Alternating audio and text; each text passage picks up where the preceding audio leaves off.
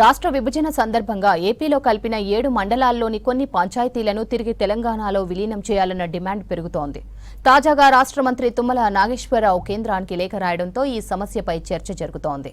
భద్రాచలంను ఆనుకొని ఉన్న 5 పంచాయతీలను అయినా తెలంగాణలో విలీనం చేయాలంటున్నారు మంత్రి తుమ్మల.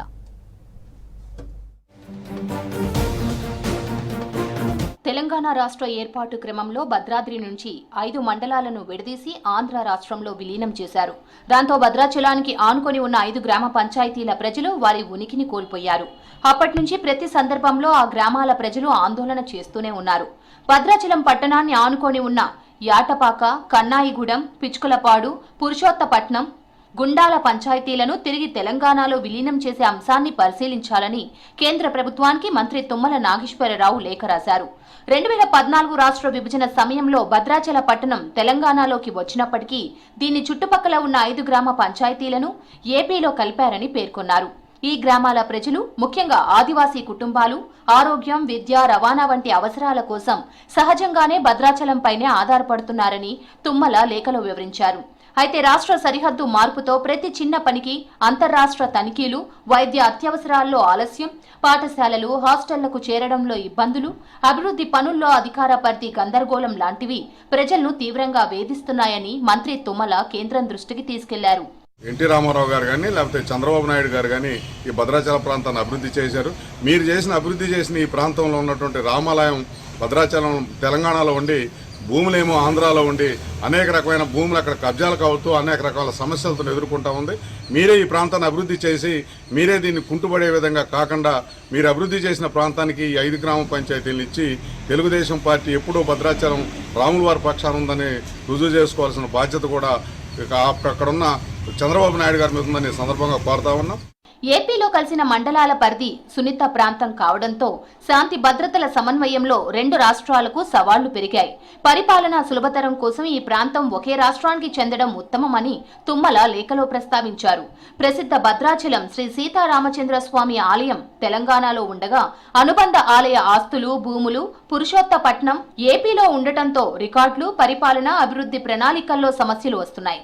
కనీసం డంపింగ్ యార్డు పెట్టుకోవడానికి కూడా ప్లేస్ లేని పరిస్థితి ఉంది. దేవాలయ అవసరాల కోసం భూములు అందుబాటులో లేక తీవ్ర ఇబ్బందులు ఉన్నాయని తుమ్మల వివరించారు. ప్రస్తుతం భద్రాచల పట్టణం మాత్రమే ఇక్కడ ఉందని, 5 గ్రామాలను తెలంగాణలో కలిపి భద్రాచలానికి అనుసంధానం చేస్తే భద్రాద్రి రామయ్య ఆలయం అభివృద్ధి, గిరిజన సాంప్రదాయ చారిత్రాత్మక వైభవం అలరారుతుందన్నారు. ప్రస్తుతం తెలంగాణ మధ్యలో ఆంధ్ర, మళ్లీ తెలంగాణ ఉండటం వల్ల అనేక చిక్కులు ఎదురవుతున్నాయని ప్రస్తావించారు. భద్రాచలం దాటాక 35 కిలోమీటర్ దూరం పోవాలంటే, పర్ణశాల పోవాలంటే మళ్ళీ ఆంధ్ర ఈ ఎటపాక దాటాలి, కన్నాయిగూడ దాటాలి, మళ్ళీ ఆంధ్ర పోవాలి. భక్తులు, యాత్రికులు చాలా ఇబ్బంది పడే పరిస్థితి ఉంది. అట్లాగే చెత్త వేయడానికి డంపింగ్ యార్డ్కి 2 ఎకరాల స్థలం లేక చాలా ఇబ్బంది పడుతూ ఉన్నారు.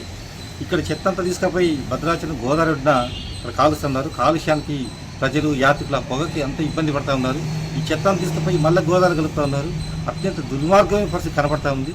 10 ఏళ్లుగా 5 గ్రామాల కలయికపై గిరిజన సమాజం, ప్రజా సంఘాలు, స్థానిక గ్రామ సభల నుంచి తరచూ అభ్యర్థనలు వస్తూనే ఉన్నాయని, ఇది రాజకీయ కోణం కాదని, పూర్తిగా ప్రజల మనోభావాలు, పరిపాలనా ప్రయోజనాలపై ఆధారపడిన డిమాండ్ అని తుమ్మల లేఖలో చెప్పారు.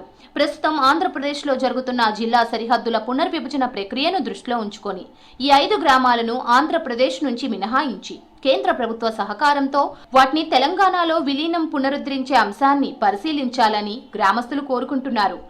పెద్ద పార్లమెంట్ గా ఉన్నటువంటి ఈ భద్రాచలం పట్టణం, భద్రాచలం పేరుని ఇవాళ గ్రామ పంచాయతీ స్థాయికి కూడా దిగజారే విధంగా విభజన చట్టంలో జరిగిందని మనందరికీ తెలిసిందే. ఆ రోజు నుంచి ఈ రోజు వరకు దాదాపుగా 11 సంవత్సరాల నుంచి ఇక్కడున్న ప్రజలు కానివ్వండి, పార్టీలు కానివ్వండి, నాయకులు కానివ్వండి గగ్గోలు పెడుతున్నారు. ముఖ్యంగా ఎందుకంటే గ్రామంలో ఉన్న చెత్త కూడా వేయడానికి ప్లేస్ లేదు. పక్కన ఉన్నటువంటి 5 పంచాయతీలు భద్రాచలంలో కలుపుంటే భద్రాచలానికి పూర్వవైభవం కాకపోయినా ఎంతో కొంత మేలు జరుగుతుంది అనేది అందరి ఉద్దేశం.